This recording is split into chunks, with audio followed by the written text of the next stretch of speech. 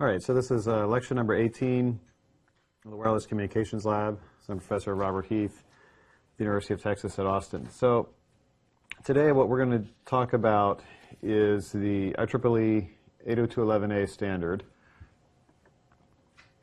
This is an OFDM-based standard, and we talk about it for several reasons. I mean, one which is that it is the main standard that we model the OFDM system after, that we look at in the class and also in the lab. And so it's the closest to what you're implementing. So the things that you should get out of the lecture, this lecture is going to be similar to the one number 17 in that it's a bit unconventional, and a lot of the time I'm going to be going through this parts of a standard document and explaining some of the key features.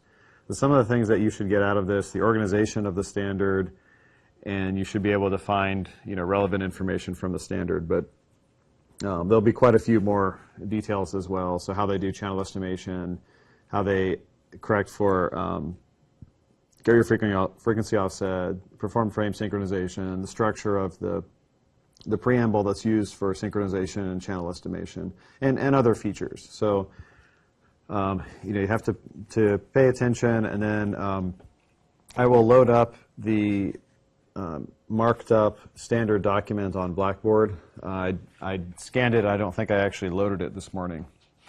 So we're going to start off with 11A here. So I want to actually, before we get into the lecture here, mention a couple things, just make a few announcements.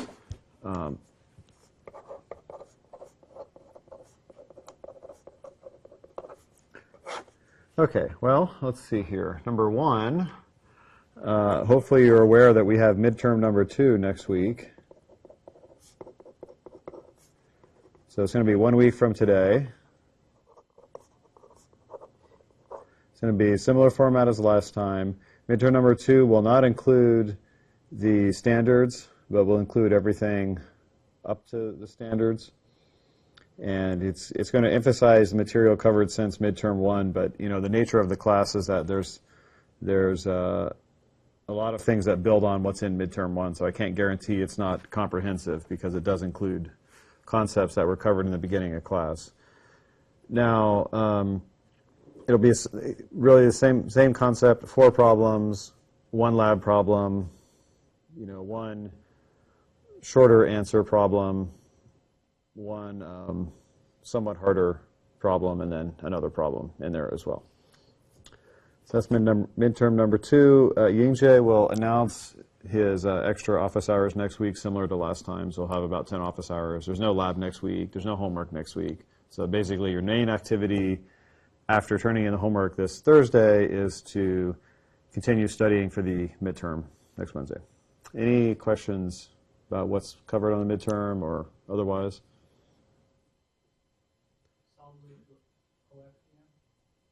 It's essentially to everything except for the standards. So everything, almost everything in all the chapters that we've covered so far, except for the content on multiple antennas, which is at the end of the chapter on channel impairments, because that's actually part of another chapter I'm writing. I just have it in there just so you can see it, but that's not covered yet. Any other questions? Okay, so what goes along with midterm number 2 being next Wednesday, is that I will also be gone next week, on the vacations that I correspond to the midterms here. So for midterm, that's a joke. I'm not really going on vacation. I'm actually working. So I will be out, though, at a conference and giving several talks. And so I will record lecture number 19 today at 3:30 p.m. So if you would like to attend that lecture recording, you come back to this room here today at 3:30. That material is going to be an introduction to fading and propagation. So also that material will not be on the midterm, and so I realize that won't be an incredibly popular lecture until probably immediately after the midterm. But nonetheless, it's very important, and we're going to spend the last couple more weeks on propagation fading before we turn our attention to multiple antenna systems. So it will be an important concept, And that would be the introduction to that lecture there. I think that's it for announcements here.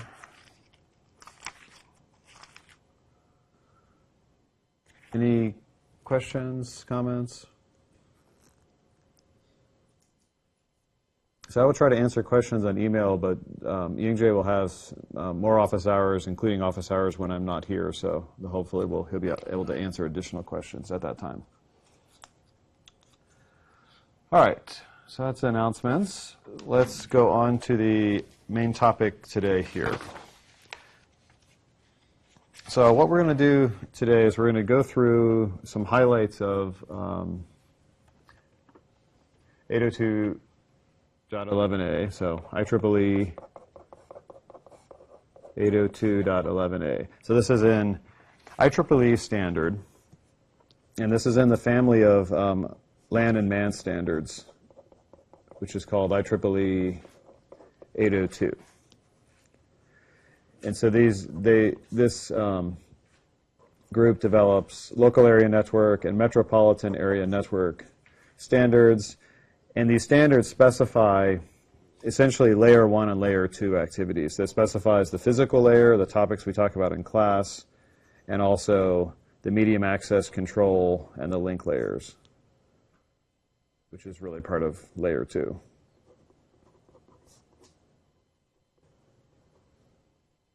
So it doesn't specify the higher protocols. And there's different standards here. I mean, there's 802.20 was, 802.16 was WiMAX. 20 was like a mobile standard that didn't go anywhere. There's whole different families of standards, not all wireless, many wired standards too. Ethernet is in here, 802.3. So in particular, we're interested in the 802.11 family, and that's the wireless LAN working group.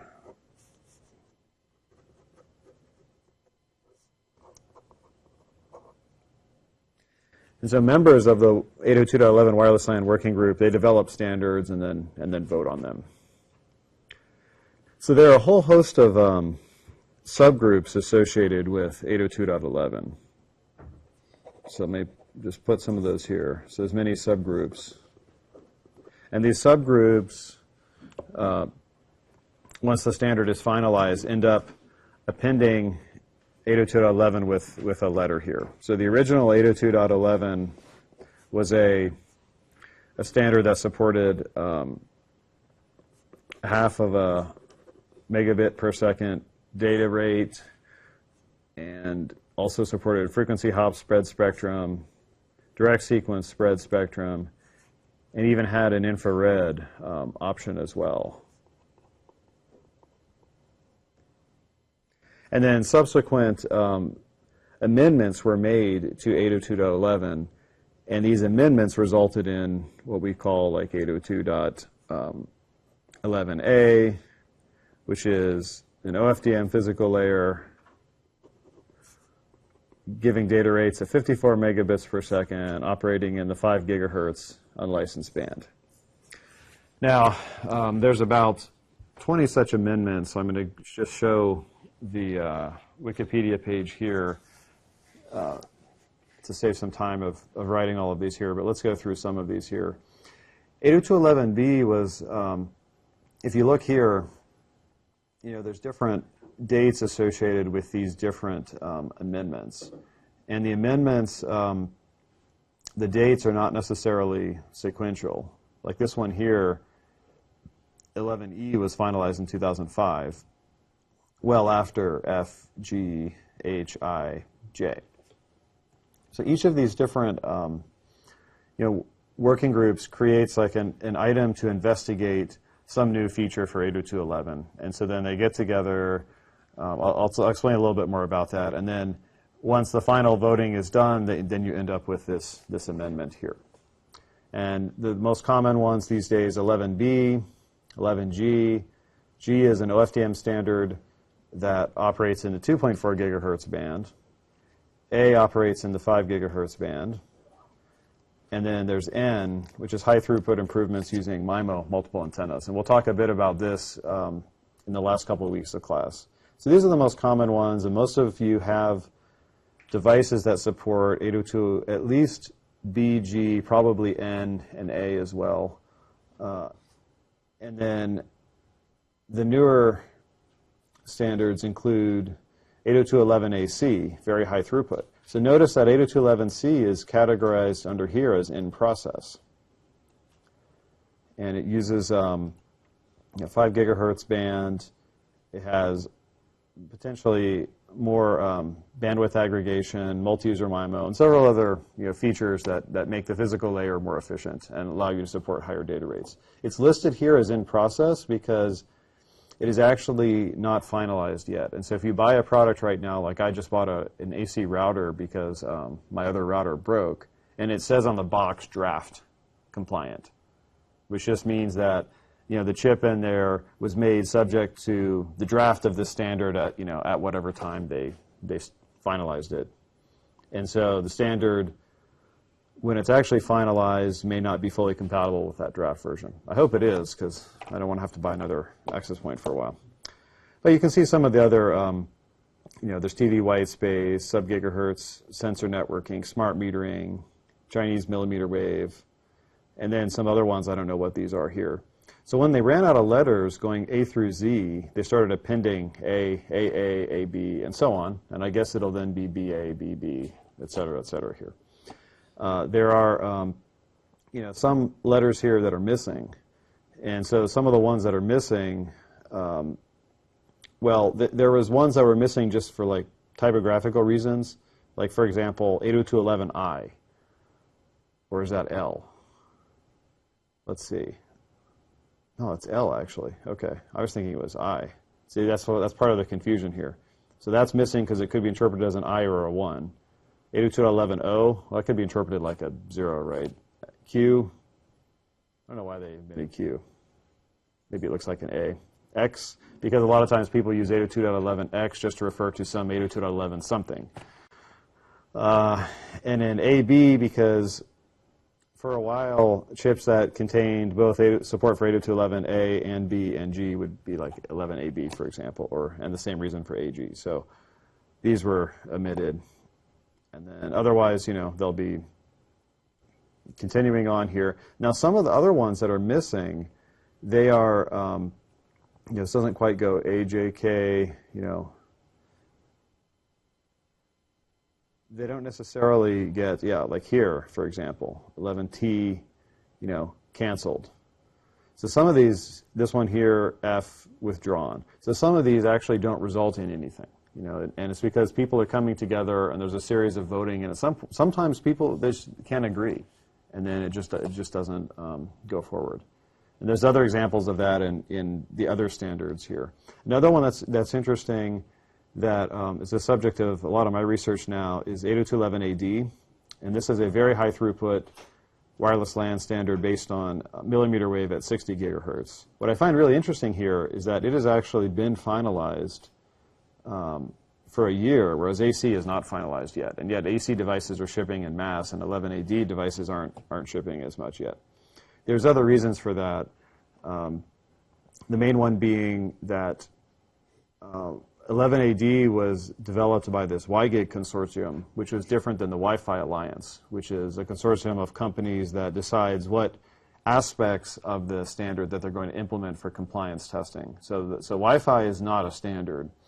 Wi-Fi is essentially is like a compliance, and so Wi-Fi picks out perhaps a subset of the features and says that this is how these are going to work, and this is the quality here. Well, it turns out that Wi-Fi merged or acquired, in some sense, WiGig, and so that's now also going to become a Wi-Fi standard, and that'll be shipping soon. Anyways, so that's a little bit of background here on just some of these different what are called task groups here and amendments. Now, one thing that's also important to note here is a little bit of this terminology here. So the standard itself is considered to be this document here, like 802.11-2007, or the most recent one is 802.11-2012. And then as these other task groups come with some conclusion, that forms what is called an amendment. And these amendments eventually get added in and then packaged together as chapters to create a longer standard. So essentially these amendments end up being chapters. And so like 802.11/2007 includes A, B, D, E, G, H, I, and J. 802.11/2012 includes everything and K, N, P, R, S, U, V, W, X, Y, Z. So.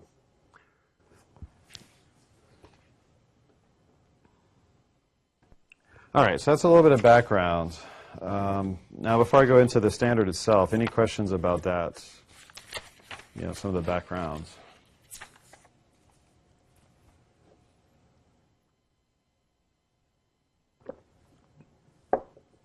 Okay. What's that? Does the capitalization letters actually matter, or is it just something they wrote that way? It apparently does matter. I mean, lowercase is the convention. There was a comment on that article that said that uppercase was used for like the defunct standards, and lowercase was used for the ones that are actual amendments. So, okay, so let's look at this document here. So what I'm doing is so I will make available on Blackboard this document here, part of this document. The actual entire 802.11/2007 is maybe 800 pages. Much, much smaller than GSM. You know, this is only a couple phone books versus several bookcases of phone books. So there's a whole lot of technical stuff here. There's sponsored by the IEEE Computer Society, Landman Standards Committee. Here's the IEEE standard 802.11/2007, revision of 802.11/1999. So continuing on here, let's skip that.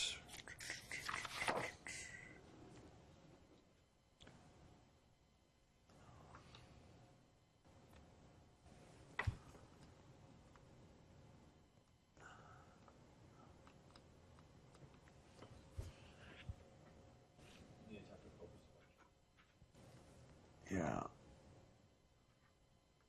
All right. Now, so just summarizing some of the different content here. So this revision gives users in one document a standard with all amendments that have been published to date. So just essentially, this is just ever aggregating everything together. So that's what I mentioned before here. And then after this introductory statement, we have several disclaimers and the fine print associated with the standard. So if there are any kind of known minor errors, they'll be found here. Unlike GSM, here, this particular document doesn't evolve in minor updates, major updates. I mean, once this is finalized, aside from typographical errors which they might fix, it's otherwise done. They don't go back and mess with it. Whereas, like what I showed you on Tuesday with those GSM standards, we were looking at version 8.9.0. There were 8 major changes and tons of minor changes. So there's like 20 documents related to that were all voted on and approved. So here, once this amendment is approved, it's done. Okay, let's look at the interpretations. Who knows what that is? Patents. Okay, let's see what the IEEE standard here, what they say about patents. Well, this implementation might be covered by patents. And just because we've published this standard doesn't mean that we have made any claim about patent rights. IEEE is not responsible for identifying patents for which a licensee may be required by an IEEE standard or for conducting inquiries into legal validity or scope of said patents here. So basically they're saying that, if you implement this, it's not our fault. If you infringe on someone else's technology and, you get sued and have to pay them a lot of royalties, that's not our problem, essentially. Patent holder has filed a statement of assurance that it will grant licenses under those rights without compensation under reasonable rates, blah, blah, blah. So in some cases, companies that are involved with the standard will actually disclose that they have relevant patents and they agree to make them available on reasonable terms, which is important here. But, the IEEE, of course, isn't going to say what's reasonable, and, one person could think that $1,000 a chip is reasonable, and another person may think 1 cent per chip is reasonable.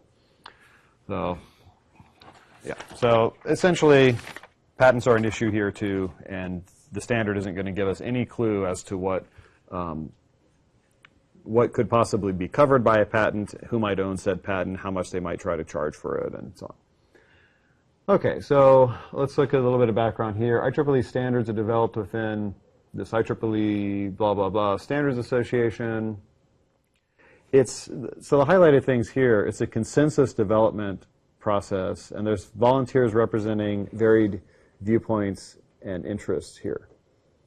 And volunteers serve without compensation, and, you know, IEEE is not really making sure what they do is correct or anything. Now, the process itself is that, you know, people from different companies get together, and after meeting a certain set of requirements, is something like attending two meetings within 1 year, you can become a voting member, then you can vote. And there's no limit on how the voting works based on companies. So if you wanted to push through a standard, you could send like 1,000 of your own employees to several standards meetings, have them become voting members, and then vote and push something through. In theory, you could do that. Now, it costs a lot of money, it turns out. And so there's, that's not that common. There is a famous example of that happening with another standard that I'm not really at liberty to disclose, but it has happened before. Let's see, there's a whole bunch of other good legal stuff here, blah, blah, blah. You know, IEEE is not making any legal claim, et cetera, et cetera. Okay, so let's look at the, some of the people that were involved here. At the time of this revision was sent to sponsor ballot, the IEEE 802.11 working group had the following officers. So these are officers of the entire 802.11 working group here. So these are people that spend a fair amount of their time working on the details of this standard here. A lot of times they end up being consultants because they do this unpaid for a lot of the time. And then each task group has different chairs here. So Bruce Kramer was like the chair of task group N, for example, and you can see these other people here. And then, these are the people that were members of the 802.11 working group. So these people here got to vote. So you and I, unless we meet this certain minimum requirement, we don't get to vote on the standard. Only people that have gone to the few meetings and have met whatever this requirement is are officially allowed to vote and say what the standard is. So there's a whole list of people here. There's more people on the back, even more people over here, even more people on the back, and there's a whole lot more people. All right. So a lot of people worked on that here. There's about 500 names on that list there. And I'm not on there. Unfortunately, professors, we don't have any time to go to these standards meetings and participate in the process there. Also, we have very little incentive to go and participate in the process, because what happens if I come up with a cool idea? And so if I come up with a cool idea and I patent it, and I go there and say, hey, everyone, this is awesome. You have to use it because it's the best modulation technique ever. And they're going to be like, oh, did you patent it? Really? Okay. So means if we adopt your modulation, we have to pay the University of Texas in perpetuity for the next 20 years license on your technology. Maybe we'll use this other modulation that's almost as good and doesn't have such protection. And what they prefer is that, if you're going to have something that's patent protected, it's better if it comes from another company, because they always do these cross-licensing deals so that, you don't pay as much, because what happens is if everyone has like 50 patents that are essential to the standard, then everyone just cross-licenses everyone else's patents. No one pays anybody royalties. But if someone comes in later that didn't develop the standard, now they have to pay like 5 companies each for 50 patents worth of royalties here. It's a real pain. So that's also creates a barrier of entry for new people to come into the market and develop technologies, and it also creates a barrier for entry for us that just develop a few patents and try to push them into the standard and get them adopted here. So I think in principle the standard would like to have the best technology. I think having the best is probably buried in with all these other political concerns in there. So. That said, many of you will probably end up in some of these standards, and will be, working on these in years to come. And you can come back and tell me if I'm right or not. I have many students working in them already, and no one has ever come back and told me I was wrong. So it's politics. All right, let's go through, so some of the background here, the table of contents. So I'm going to go through a couple of the definitions and then, skip through most of this document here.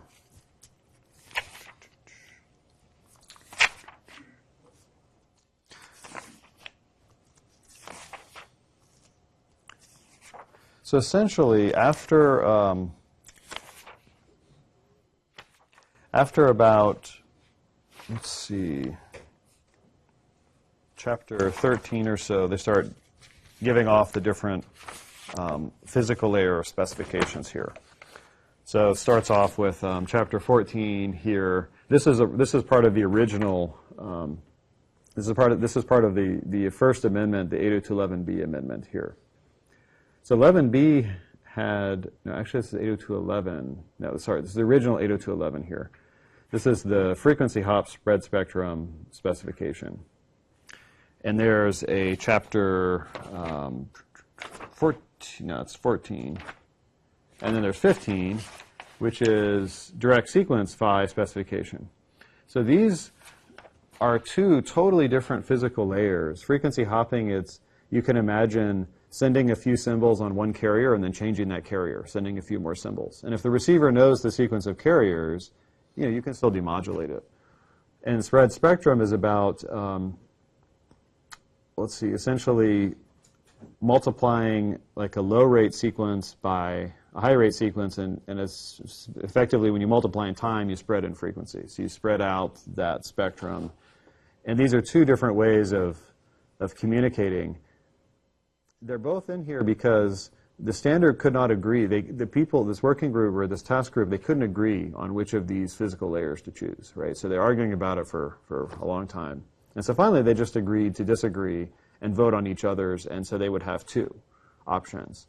Now, the person that loses here would be the consumer because, then you would go to the store and you would have to check carefully, is this the frequency hopped or the direct sequence one? So essentially, the marketplace decided which one would be more successful, and the direct sequence one ended up being successful in part because they were able to enhance it to give it higher data rates. So you've got these kind of weird situations in here. You've got, as well, as I mentioned before, there's a small infrared contingent.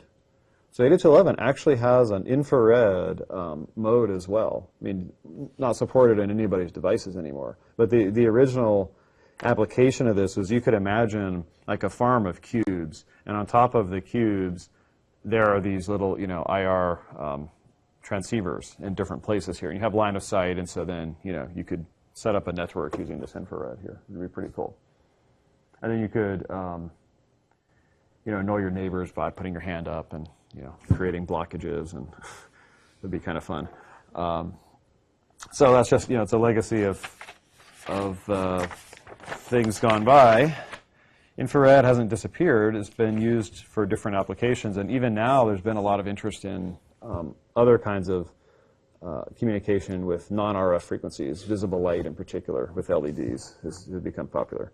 So 17 is what we're going to talk about. That's the OFDM specification. And so we're going to go through that now here.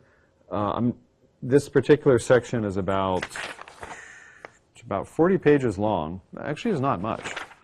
So we're going to skip a lot of the details of that, but we'll go through the structure of that, especially the structure of the physical layer.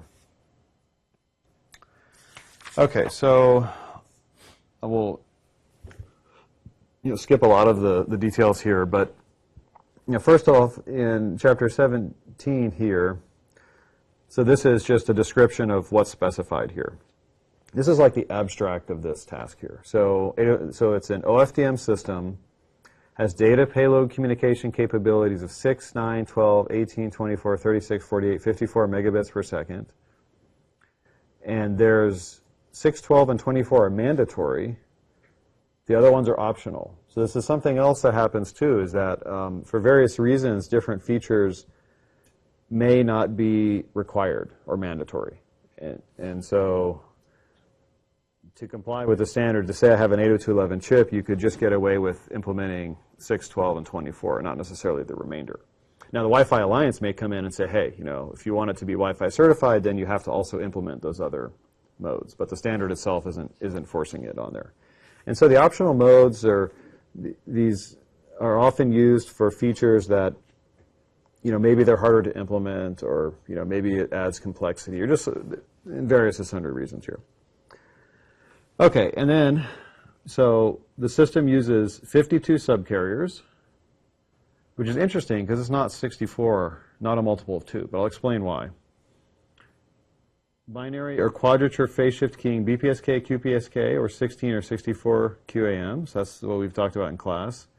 And forward error correction coding is simply using convolutional coding with code rate half of 1/2, 2/3, or 3/4. So we talked a little bit about convolutional codes in like the second lecture. So they use essentially this techniques that are similar to what we have discussed so far. So I'll skip some of the various and sundry details here to get into some of the more important features here. So this is what is this here? PLCP. Anyone remember what PLCP means? I want to say it's Physical Layer Control Protocol. And then there's Physical Packet Data Unit here. Well, this is at the physical layer. So essentially information is sent in a frame that looks like this here. This frame consists of several OFDM symbols, another OFDM symbol containing signal. Signal, this is control information that's used by the MAC protocol. And then this is a preamble. This is essentially your known waveform that you use at the receiver to facilitate synchronization. So this contains the special training sequences that are used for carrier frequency offset, frame sync, and channel estimation. So we'll go through that here. So essentially it consists of a whole bunch of OFDM symbols. Now one thing I want to mention here is that the duration of this is fixed, the duration of this is fixed, the duration of this actually varies. So a lot of times what we do in class, I don't know, I'm always imagining that the length of the packet of data is fixed here. But here it's not. And the reason it's not is a lot of times what wireless LAN here is doing is transmitting Ethernet frames. And they can be of various variable lengths, because depending on what you're doing, if you're transmitting a video from one place to the other, you're going to have a whole bunch of full frames, maybe 1,500 byte frames, and then if you're surfing the web, maybe you'll have some that are lower rate and some that are higher rate. So this here will vary in length. It also varies in length because of the fact that we're using different coding modulation techniques. So if I have 1,500 bytes and I encode it with 64 QAM, that's going to result in fewer OFDM symbols than if I had encoded it in BPSK. So for those two reasons, this shrinks or expands here. Versus the payload may be bigger or smaller, and then how we encode it may be bigger or smaller. And what you can see is that if we encode this data here very efficiently, then this overhead here becomes more significant. And that's just a general trade-off that's made here. Okay, so we'll go through the structure of the preamble here. Somewhere here, yeah, okay. It'll come up in a minute here. As a summary, it consists of 10 repetitions of a short training sequence. And look what it says here. This even tells us what it's used for. Normally, standard doesn't even give us a hint. It's just there, and if you don't know, you don't know. This is great. Used for AGC automatic gain control convergence, diversity selection, timing acquisition, and coarse frequency acquisition of the receiver. And 2 repetitions of a long training sequence used for channel estimation and fine frequency acquisition in the receiver here, preceded by a guard interval. So guard interval is, a particular kind of cyclic prefix here. So the short training is that this is where we're getting that repetitive structure. Now, they mentioned AGC. We haven't talked about AGC, automatic gain control. Well, in a receiver, the analog to digital converter can only take information that lives at a certain voltage there. So if you put in a signal that has too high of a voltage, you get clipping. If you put in a signal with too low of a voltage, it's quantizing. You don't quantize it fine enough here. So the front end, the analog in the front end, is going to try to amplify and attenuate that signal, not quickly, but over a reasonable time scale, so that the signal at the input to that A to D uses up most of the dynamic range, doesn't clip, and doesn't get too small. And so that's called the automatic gain control. There's diversity selection. 802.11 very early on supported multiple antennas in a very simple way, which is to have two antennas and pick one or the other. And it's a simple switch. We'll talk about that when we talk about diversity in 2 weeks. And then timing acquisition, this is the frame synchronization, and then coarse frequency offset. Remember, there was a connection between the length of the periodicity and the amount of frequency offset we could correct. So a smaller period, we can correct a larger offset. And a larger period, we can correct a smaller offset. And so effectively, that's what they're doing here. So the small set of repetitions is going to be used to correct, a larger frequency offset, and then the longer one is used for a fine acquisition, meaning a smaller offset. And you can also get actually the integer offset there as well. So it's not necessarily bigger and smaller, but it's essentially an approximation of the frequency and getting a better estimate. So we'll talk more about the specific structure of this here. Now the signal field, I'll tell you a little bit about what's in the signal field here. We didn't talk a lot about the signaling in GSM. The reason is that there's a huge amount of signaling. Many phone books worth of standards on just what's contained in those signaling packets here. One of the reasons I like 802.11 is it's possible for you all to go through and read this and understand it, and the GSM standard just takes years. So what's consisted here? So there's rate, reserved, length, parity, tail, and service here. So the rate is the coding and modulation mode in which the data is encoded here. So that's the coding, rate 1/2, 2/3, or 3/4, and that's the modulation, which is BPSK, QPSK. And these are set up in certain combinations. So there's actually 8 possibilities there. And there's an extra bit there for some flexibility. Reserved for 1 bit. Reserved usually means that they're saving it for later, so you can't assume that it's a 0 or a 1. And then length this is the length of the data here. Because you don't know how long it is, you need someone to tell you, when do I stop decoding? Parity here is a parity check, so we can see if we get this correct. And then we have, let's see, tail bits and service bits here. Tail bits, I think, is for the convolutional code. Let's see.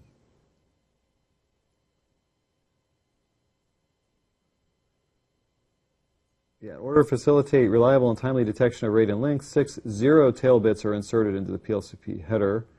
Okay, yeah, so that allows us, that forces this state of the encoder back to 0 so that you can make a good detection of these bits here. And then in the service field, what's in the service field? I don't remember what's in the service field.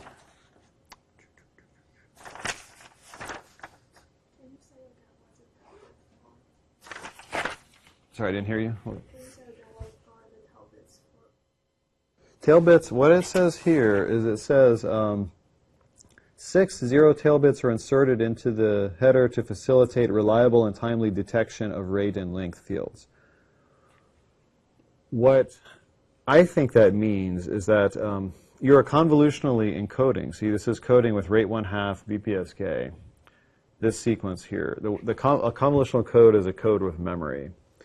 By inserting those zeros there, you force the state of that code back to 0, which facilitates detection. It's part of how you detect a convolutional code. Not something we've discussed, but it forces it back to 0. And then when it's back to 0, you can start from there and trace back and get the bits that were sent. What about the last one here? Yeah. Okay, well, okay, see, yeah. See, here we have the tail here. That's for exactly the same reason, to force the convolutional code state back to 0. Pad bits is just so that you have an appropriate number of OFDM symbols. If my OFDM symbol has a payload of 24 bits and I have 23 bits, it doesn't fit in, right? So I have to add an extra bit just to make it fit. So pad bits is just junk that you ignore. How do you know how long is the pad? Because the length is, you're told about the length right here. No, the length is the length of it's the length of the whole thing. It's not going to be just the PSPDU. Actually, no, actually, I do think it's the length of just this PSDU here. Let me see here. The rate and length fields.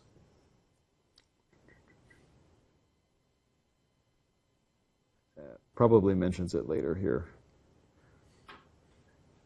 Yeah, that's a good question though. Is it length? Because you have to know where the tail bits are, so that you can decode the rest. Actually, I think it's going to be essentially just the length of this here, because all we're talking about is bits to fill up an OFDM symbol. I mean, that's pretty much it, right? So if you know the length, you'll know the next larger increment to get that to fill up that OFDM symbol. So you can figure out this just by knowing this and knowing, then the rate tells you how many bits per OFDM symbol. So it's just you don't need to know it separately.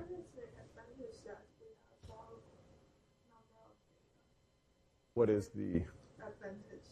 Because before we always suppose it's right? This better matches what's being delivered at the higher layers. So like compatibility with Ethernet. I mean, Ethernet having variable length frames. So why not all protocols change to variable lengths? Well, in the way the higher layer works here is quite different than in cellular systems. So in a TDMA system, for example, I mean, if we're all each getting one slot, the length of that is fixed. The only way we can get more bits in that slot is to use a different coding modulation technique, which is supported. But in that system, there's no easy way to give people different sized payloads. Now, in LTE Advanced, they have an OFDMA type access technique where the resources are partitioned into time frequency blocks. And you could be allocated 3 blocks, and I could be allocated 1 block. And so the newer standards allow variable allocations here. But it complicates a whole lot of things here. I mean, for example, the metric of performance is often something like frame error rate. But if your frame length is varying, your frame error rate is a function of length.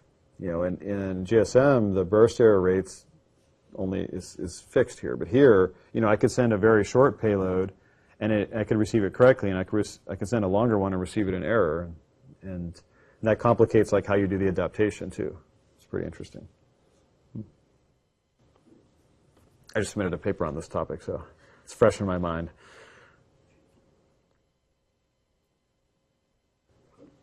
Okay, so let's see here.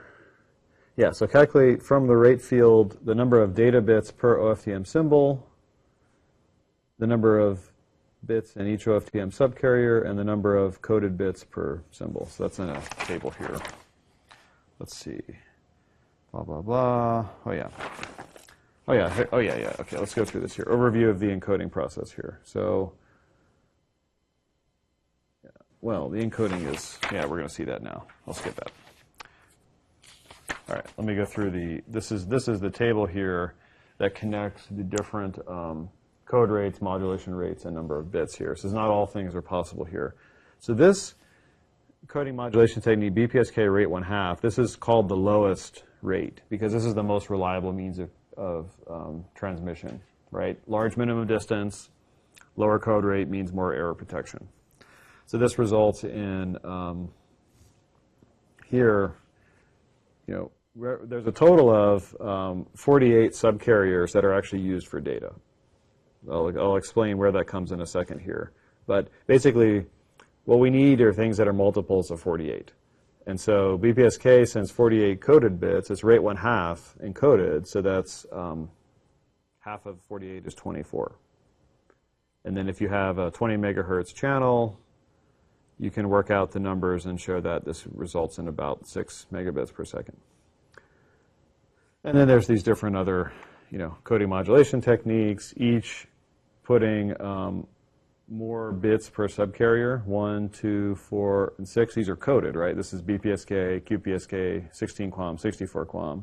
Because of the coding, you end up with different numbers of total coded bits, and the data rate varies here. So this should be 3/4 of this. This should be 2/3 of this. So that's the modulation and coding here. So these are the timing-related parameters. 802.11 works with 20 megahertz, 10 megahertz, 5 megahertz spacings, and in some of the later versions of the standard, they support 40 megahertz, 80 megahertz, 160 megahertz. For the class, you really just need to know the values for 20 megahertz. That's the most important one, the most common spacing here. And so these are the numbers we need to know. So these would be things that, for the final, you would want to put on your sheet, one sheet of paper here. 48s, subcarriers, data subcarriers, 4 pilots. Number of subcarriers total, 52. So here's the subcarrier spacings. Remember this, I went through the terminology for OFDM. This is the total bandwidth divided by the total number of subcarriers, is 64. This is the duration of the OFDM symbol, 3.2 microseconds. And the preamble duration is 16 microseconds. That's the length of those short and those long ones.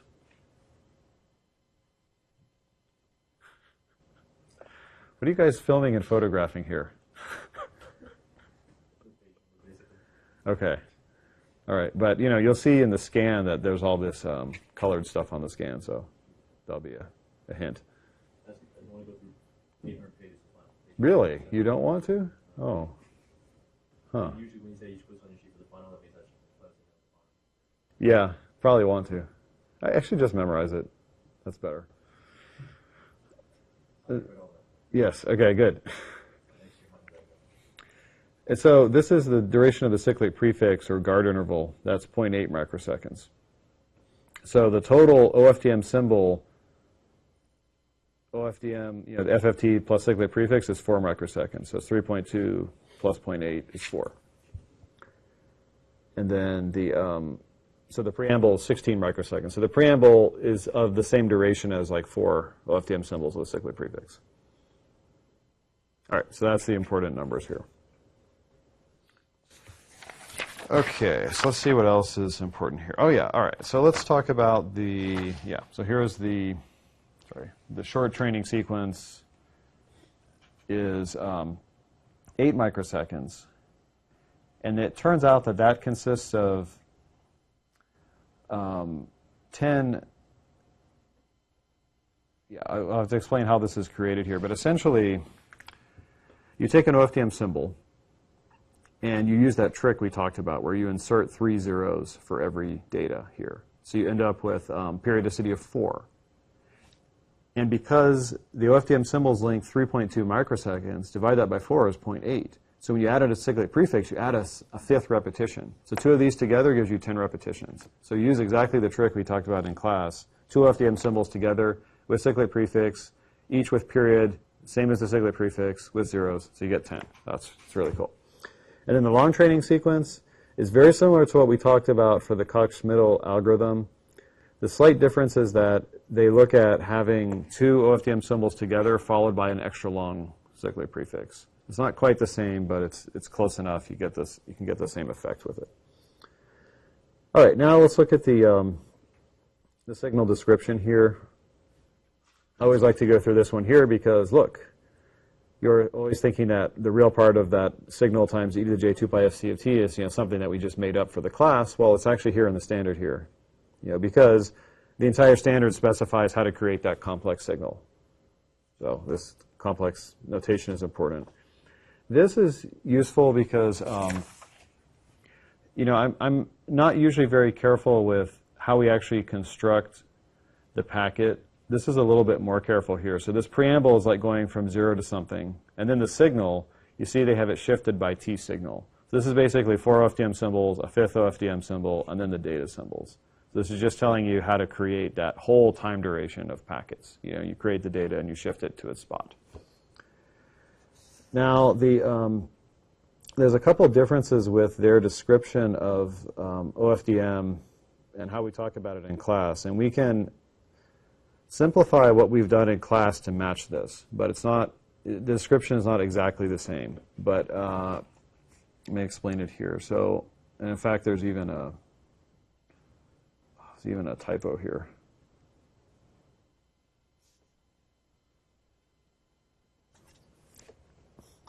So the way that they create these subframes, or these are these outputs of the OFDM here. So this is a sum over, let's see here, ST is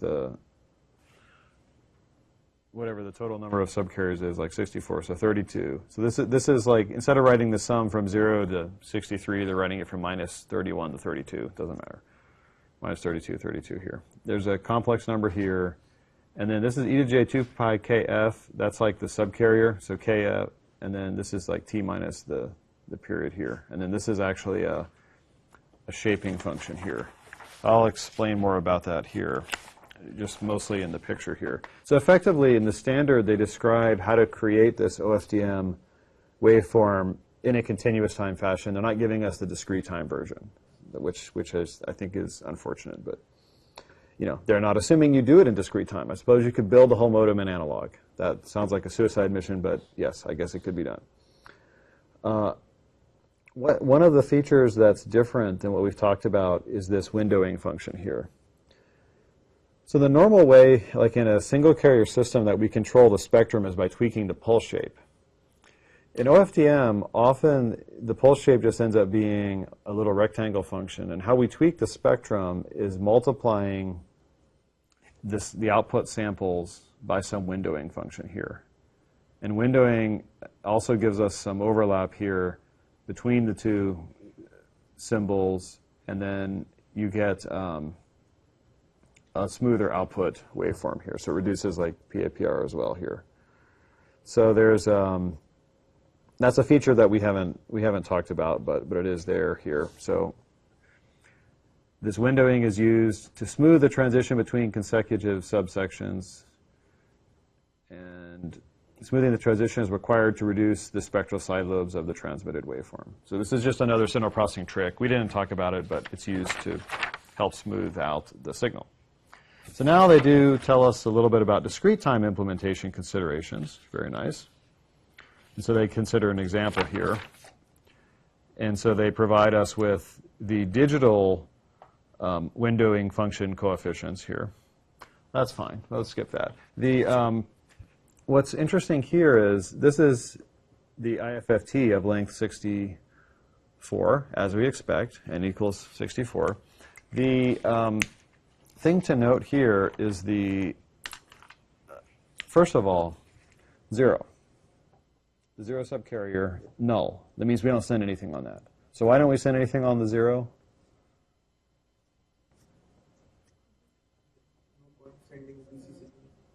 Yeah, there's no point in sending a DC signal. It doesn't propagate. It creates all kinds of circuit problems. So we don't send anything there. Now, let's look here. We have 1 through 26, minus 1 through minus 26, and a whole bunch of zeros here in the middle. So you might wonder, why are those zeros in the middle? Why not 0, 52 to 63? The reason is you have to think about from the perspective of a baseband signal, that there's a rough correspondence between subcarriers at some frequency and the corresponding analog coefficient. It's not exactly like sending on a separate subcarrier, but it's similar. And so because we're talking about generating a signal at baseband, the spectrum of interest is from minus the bandwidth, whatever, to the bandwidth, right? It's not from 0 to something over 2. So by zeroing these ones in the middle here, we're actually zeroing the edges of the signal that we're sending here. And so this, coupled with the windowing, reduces the roll-off of our function here. So zeros are basically there for spectral shaping, because we want to fit our signal cleanly into 20 megahertz. And that means that, we allow a little bit of roll-off into the adjacent bands, but not too much. So we have to do a combination of these things here. All right, so that's just a little bit about subcarrier structure. That's important. And here's just an overview of what the data looks like here. So this is the training structure, 10 training sequences, 10 repetitions, 2 training here with an extra long guard interval, and then OFDM symbols, each with a little cyclic prefix here.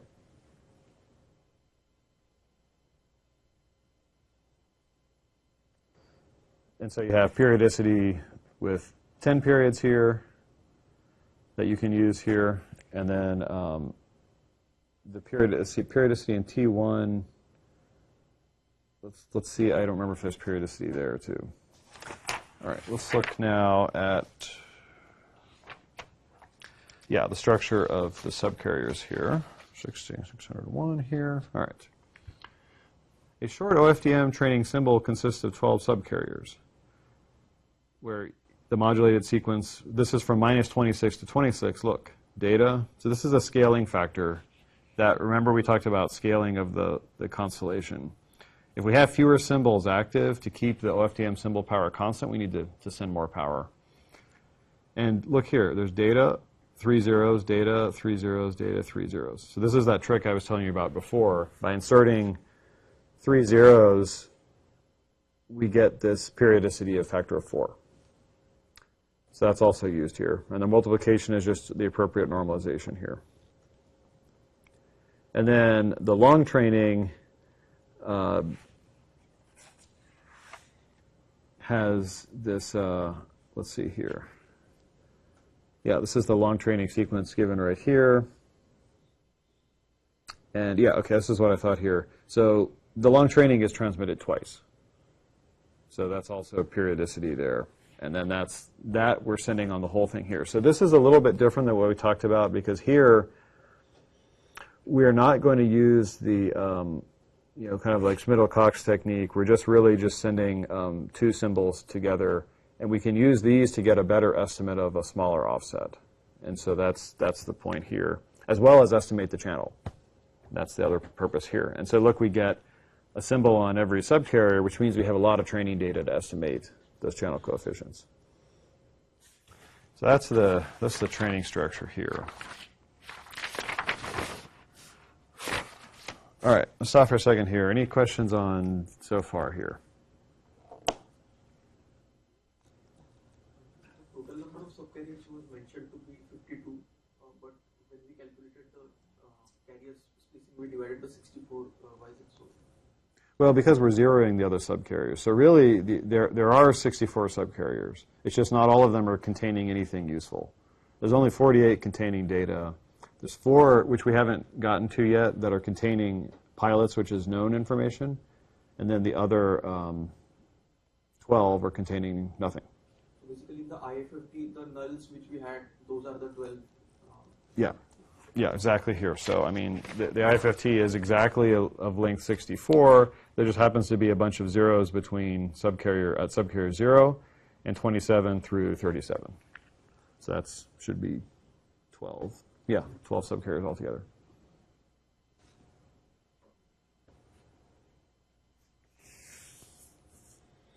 So other questions? Yes?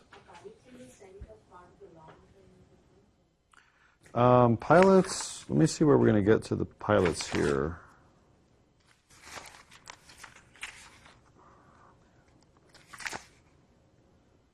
Okay, actually, maybe there's not a separate place for pilots, so I'll talk about this right now.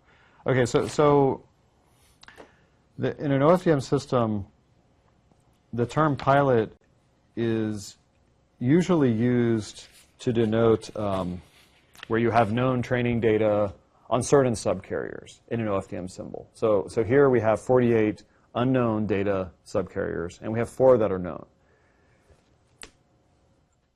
For the long training, it's all known. So there's no data actually in there, because it's all known. It's 50. Actually, let's see here. No, it should be, yeah. A long OFDM training symbol consists of 53 subcarriers, including a 0 at DC. That's the 0 at DC here. So it's really 52 plus the 0. So they're all known here. Okay, so I don't remember where I have the discussion of pilots, so I'll mention the pilots here for now. the OFDM signal includes 4 pilots. Now, the cyclic prefix length here is 0.8 microseconds here. And if you go through and you do the math here, you know, it's effectively 1/4 of an OFDM symbol. 1/4 of 64 is 16. So the channel, the maximum length channel is 16. So L in all of our calculations would be 15. L sub C is 15. So OFDM, the 11A can deal with channels of length 16. Now putting 4 pilots in an OFDM symbol, that doesn't give you enough information to estimate the channel. You have 16 unknowns, right? So you're going to estimate the channel using the training, the unknown training. What you can do with the pilots, though, is you can estimate, I know I have it somewhere here. Yeah, here's the pilots here. Sorry, I'll just skip ahead here. So what you can do with the pilots is correct for what are called common gain and common phase errors. Because you potentially have a long packet, so over time you've got the RF that has a whole bunch of its own control loops in there.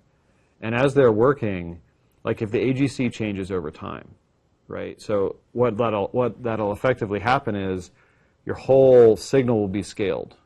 The channel doesn't change or anything, but the whole signal gets scaled.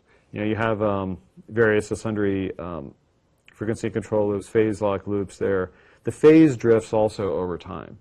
And so you can model this as taking your OFDM symbol and multiplying the whole symbol by an attenuation and a phase shift. And that's called a common gain and a common phase error. So it's only 2 numbers, one complex number, and so you can use 4 pilots to estimate that. So that's what the pilots are used for. It's just to pick up on this slow scaling and rotation that's due to the non-ideal behavior of the RF. And those pilots are located at, well, the indices are given here, but essentially it's at, let's see. Oh, I forget exactly where it is here. It's in there. That's another thing about OFDM that we didn't discuss that's in the standard here. Okay, so I'm going to skip some of these other details here. I'm going to show you this here. Look at that. Here is the constellation. Yes, question? In the long training sequence, it was written 0 is also included. Like, why now DC came into picture when we were discussing DC for Well, they just put 0 on it. It's just because there was a 0 there. So they included the 0 subcarrier, but then they put 0 on it. Why? I don't know. Seems very strange. Probably to simplify. What does it mean? 0.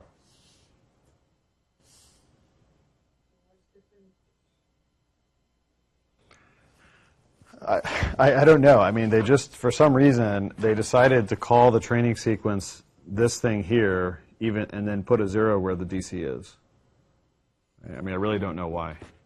Maybe it's terminology or something else. There's probably a reason, though, for it. There's a reason for everything, but I don't know it. Fortunately, most of what we have to do is detective work, because if we're not there when the standard's made, we often have to just go back and speculate on what these features are there for. So I don't know why.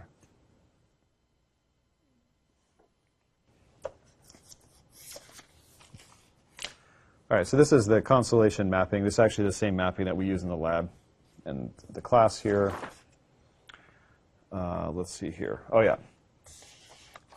Modulation-dependent normalizations. So all of the constellations are given, if you look here carefully, you'll see this is +7 here. These are given in unnormalized fashion.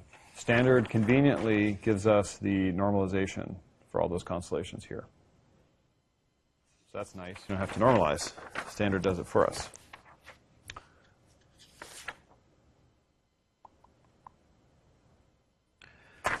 Okay, so let's see. Talk about the. Oh yeah, I forgot to mention here. Okay, so the data itself is encoded. I'm getting out of order here. All right, let's see. 5, 6. Okay. So the data is interleaved. So you take a block of data and you interleave it. So what an interleaver does is something like this here. Like suppose that my information is ordered from 1, 0, 1, 2 up through whatever, 1,000 here. My interleaver depth is 16. So I'll take 0, the 16th one, the 32nd one, and so on, and then 1, 17, 33, and so on here. So it's basically just taking the information and shifting it around in a known way. And so what I'm going to do is I'm going to pass my information into this convolutional encoder here. So this is similar to what we saw in Chapter 2. So information comes in. This is a binary addition. The weights here are described, given by the polynomial in this standard somewhere here. Where's the polynomial?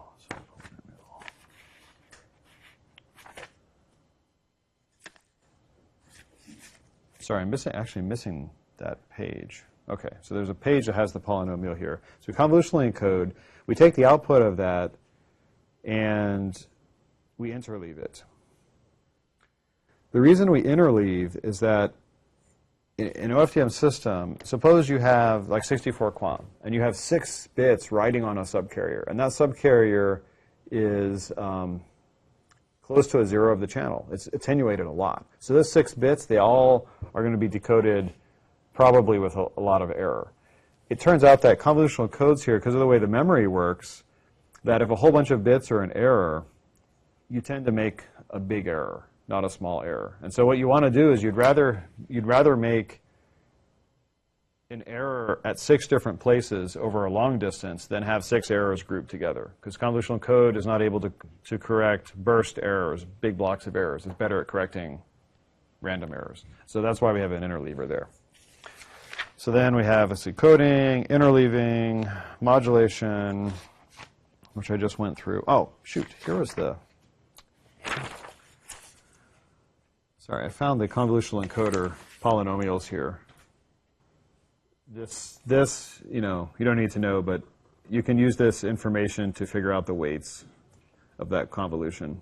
And then this is the data scrambler, which I also forgot to mention.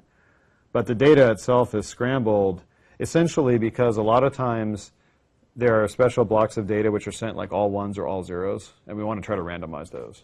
And so the scrambler just shuffles, or just, you know, essentially multiplies everything by a pseudorandom sequence and randomizes strings of non-random sequences. All right, then everything is modulated.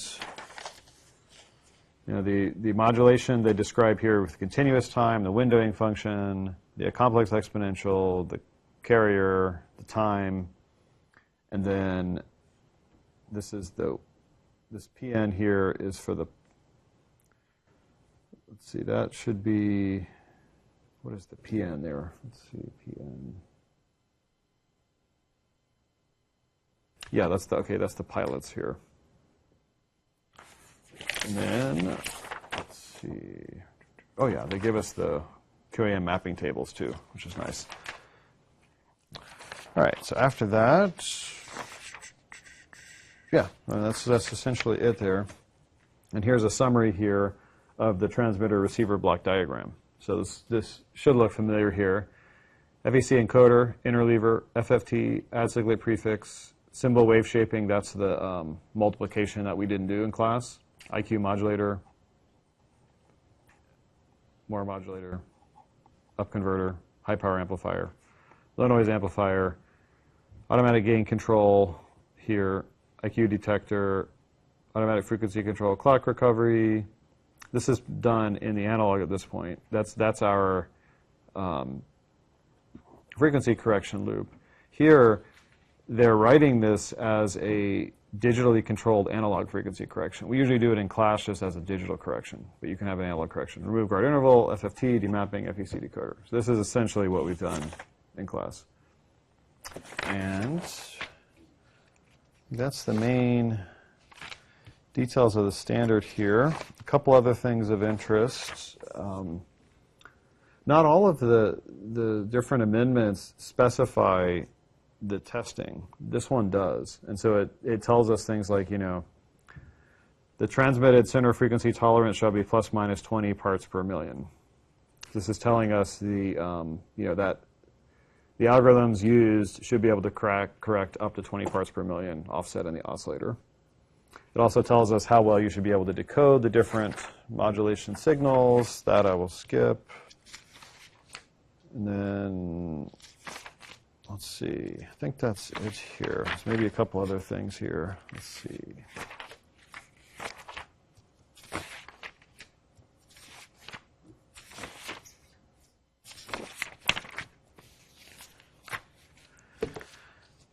Yeah, so that's the main things that I wanted to cover here. So like I guess the summary of the technical features as it relates to what we've done in class. So we have OFDM modulation. We have cyclic prefixes of length 16. We have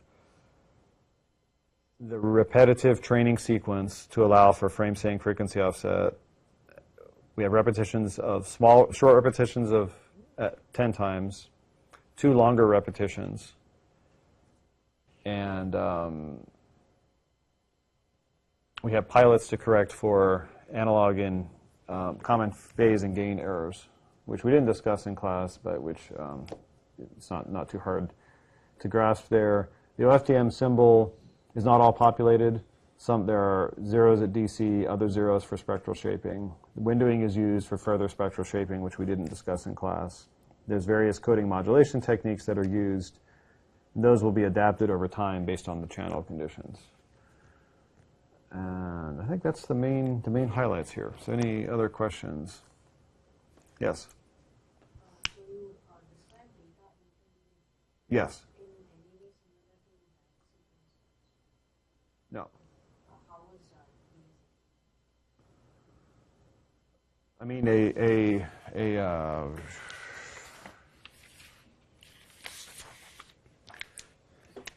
I mean, effectively, a sped spectrum signal would create, like, from 1, would create, let's say, 64 ones. You know, so if you had, like, a sequence like 1, 0, it would be converted into 1s, 0s, and then et cetera here. And interleaving just takes a block of data, which could be, let's write A, B, C, D, E, F here, and reorganizes that data so then it's like, for example, A, D, B, E, D, F. Here. So that's like interleaving.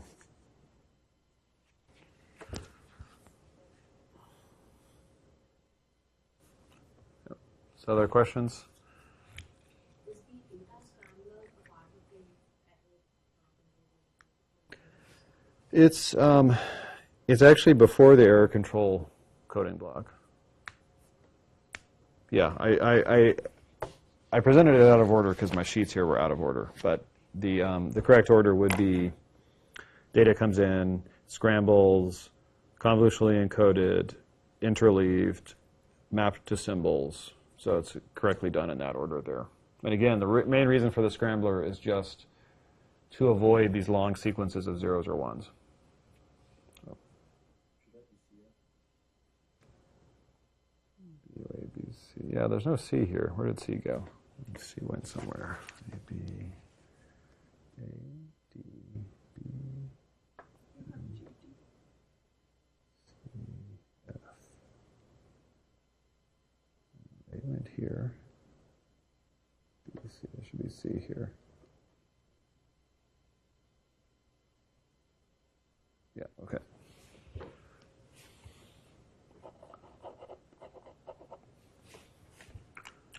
All right, so other questions? Yes?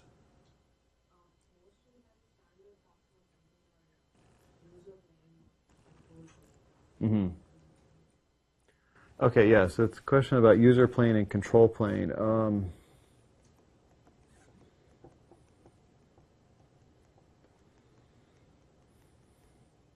It's another way of talking about these logical differences between the information that's sent. So like the information sent, let's see, for purposes of controlling the signal is considered to be sent on the control plane, and user information is like on the data or the user plane there. I mean, as far as, there's probably more to it. There's more to it, yeah. But I don't know. It's like from a physical layer perspective, you know, our job is to deliver bits. So we kind of ask, question. We don't ask what's in the contents there. We just drive the truck that delivers the bits. And the user and control plane is the higher layers. They logically organize the information into different structures so that it can be used to do other functions here. Yeah. Other questions? One more question. We can end on one question I can actually answer.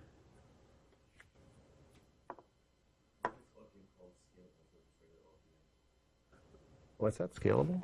What's the scalable OFDM? Scalable OFDM. I don't know. I never heard of that term. Yeah. I can guess what it means, but I don't know offhand. Because it either means it's something that, it could mean that it's something that where you can have OFDM with different numbers of subcarriers.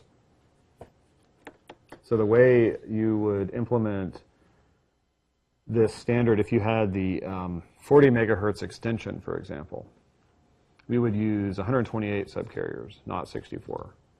And they would be organized in such a way that, you'd still maintain these spectral properties ideally.